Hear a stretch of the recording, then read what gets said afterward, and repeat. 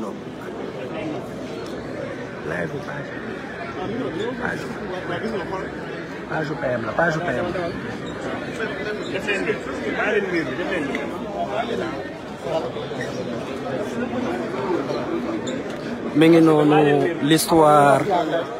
mi ngi noonu l'histoire de cette révolution patriotique avec Abdou Karim Gueye mi ngi noonu avec le président Ousmane Sonko. Première ligne. S'il te plaît, il faut mieux reculer.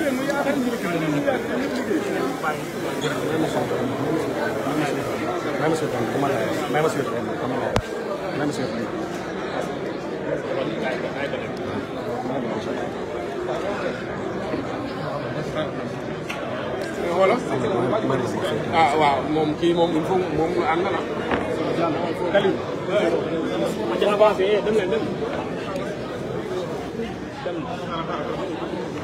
Kalim du jig nga demee si dinaa dem jig yëpp xaaral.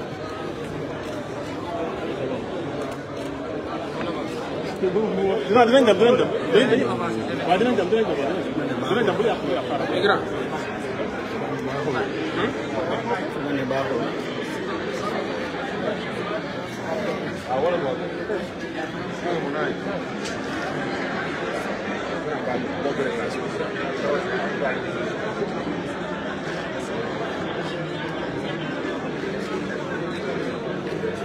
mi ngi noonu première ligne l'expo de Karim Gueye, photographe du président Ousmane Sonko, conseiller spécial à la présidence de la République. tey nga xamante ne lii histoire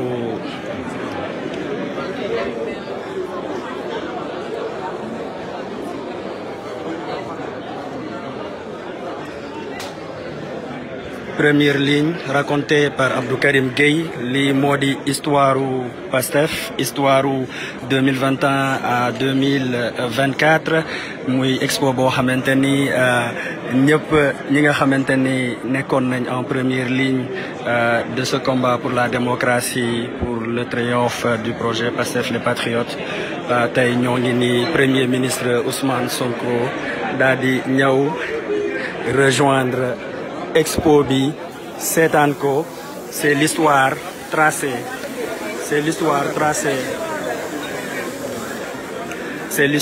tracée de PASTEF yéen a ngi gis image yooyu fii nii centre bopp fii nii HLM fii nii Colobane c'est des photos qui parlent.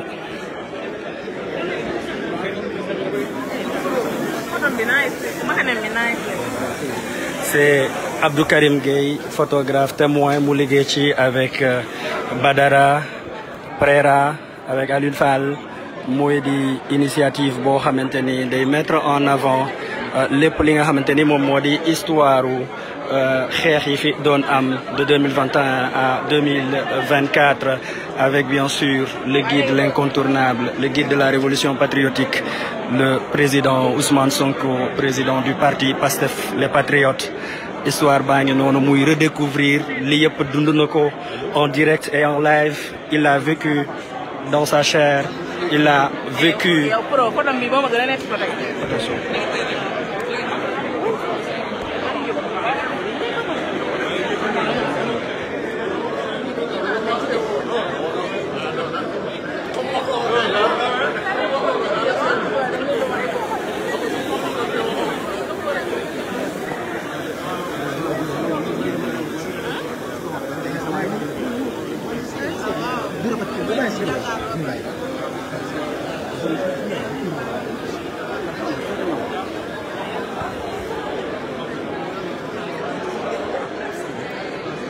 léegi noonu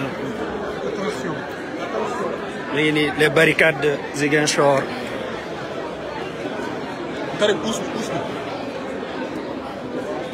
waaye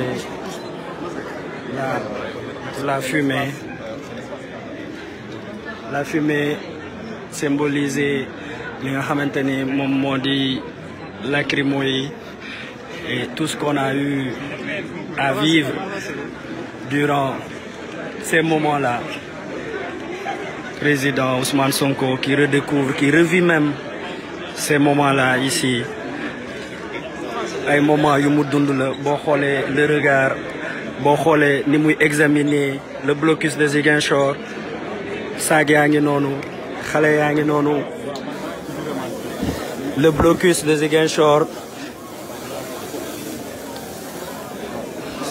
Ça, c'est ce qui s'est passé à Ziguinchor. Le président Ousmane Sonko l'a vécu et il le revit ici devant son domicile HLM Nema. Ces jeunes qui s'étaient barricadés ñu ni kenn du ko jël loolu la Abdou Karim Ndoye immortalisé fii nii le premier ministre aujourd'hui moom moo di Ousmane Sonko li histoire la c'est le blocus de mai 2023 blocus de mai 2023 à Ziguinchor.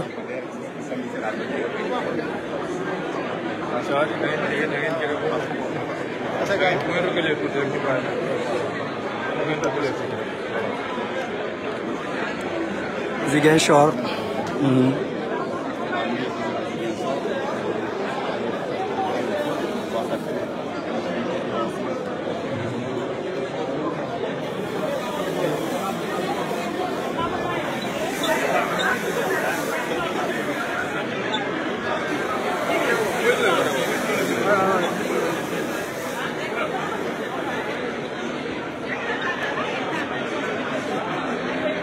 Mais vous voyez les photos, les dames du bois sacré, mai 2023, à partir du 7 mai 2023 jusqu'au 27 mai, le blocus de Ziguinchor, avec la doyenne des femmes du bois sacré, mais photo bu am solo, photo bo xamanteni histoire la.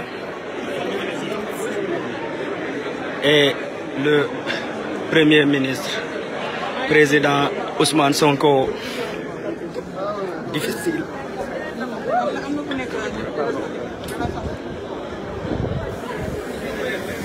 Ça va?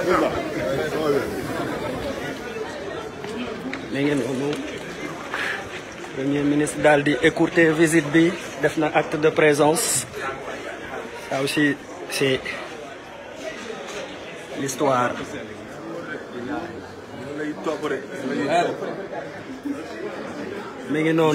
L'expo, c'est jusqu'au exposition bi, c'est jusqu'au mois d'octobre 2025. Vous pouvez venir le voir. Premier ministre ngi noonu.